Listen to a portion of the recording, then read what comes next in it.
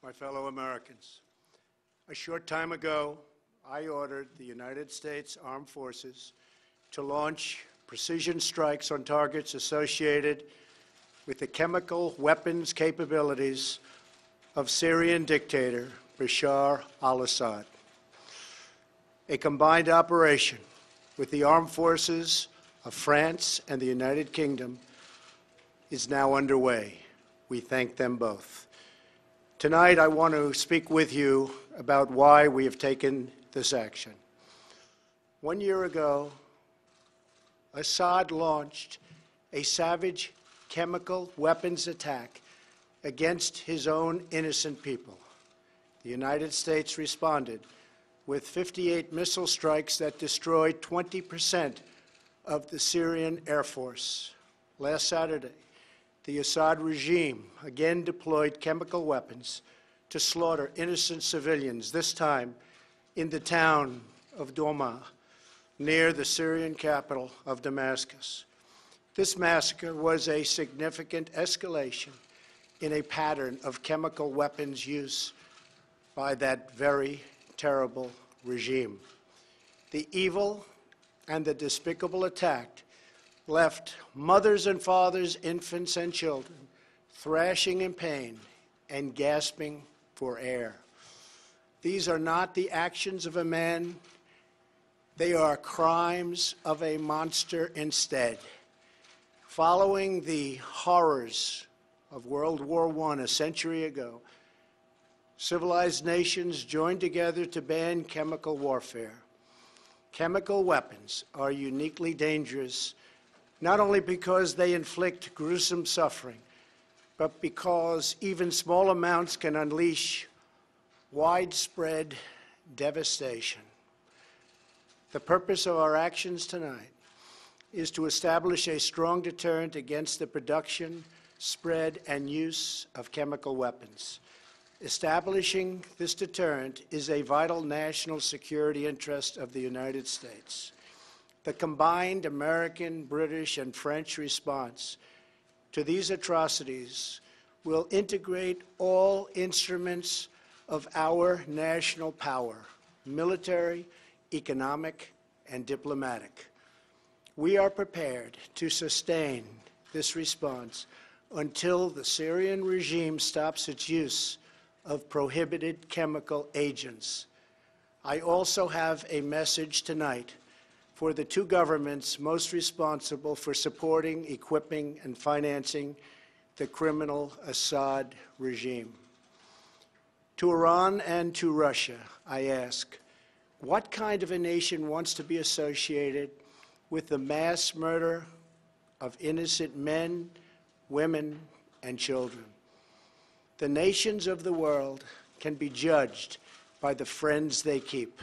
No nation can succeed in the long run by promoting rogue states, brutal tyrants, and murderous dictators. In 2013, President Putin and his government promised the world that they would guarantee the elimination of Syria's chemical weapons. Assad's recent attack and today's response are the direct result of Russia's failure to keep that promise. Russia must decide if it will continue down this dark path or if it will join with civilized nations as a force for stability and peace.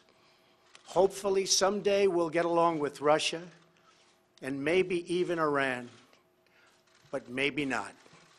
I will say this, the United States has a lot to offer. With the greatest and most powerful economy in the history of the world. In Syria, the United States, with but a small force being used to eliminate what is left of ISIS, is doing what is necessary to protect the American people. Over the last year, nearly 100% of the territory once controlled by the so-called ISIS Caliphate in Syria and Iraq has been liberated and eliminated. The United States has also rebuilt our friendships across the Middle East. we have asked our partners to take greater responsibility for securing their home region, including contributing large amounts of money for the resources, equipment, and all of the anti-ISIS effort. Increased engagement from our friends, including Saudi Arabia, the United Arab Emirates, Qatar, Egypt, and others, can ensure that Iran does not profit from the eradication of ISIS.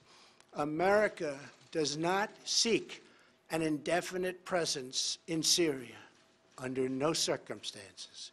As other nations step up their contributions, we look forward to the day when we can bring our warriors home, and great warriors they are. Looking around our very troubled world, Americans have no illusions. We cannot purge the world of evil or act everywhere there is tyranny. No amount of American blood or treasure can produce lasting peace and security in the Middle East. It's a troubled place. We will try to make it better, but it is a troubled place. The United States will be a partner and a friend, but the fate of the region lies in the hands of its own people. In the last century, we looked straight into the darkest places of the human soul.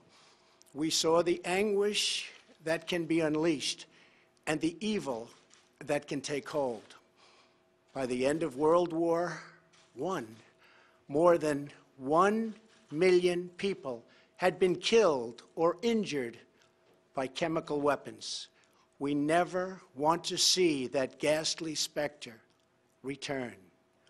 So today, the nations of Britain, France, and the United States of America have marshaled their righteous power against barbarism and brutality.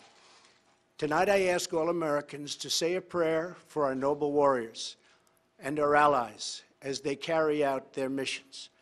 We pray that God will bring comfort to those suffering in Syria. We pray that God will guide the whole region toward a future of dignity and of peace. And we pray that God will continue to watch over and bless the United States of America. Thank you and good night.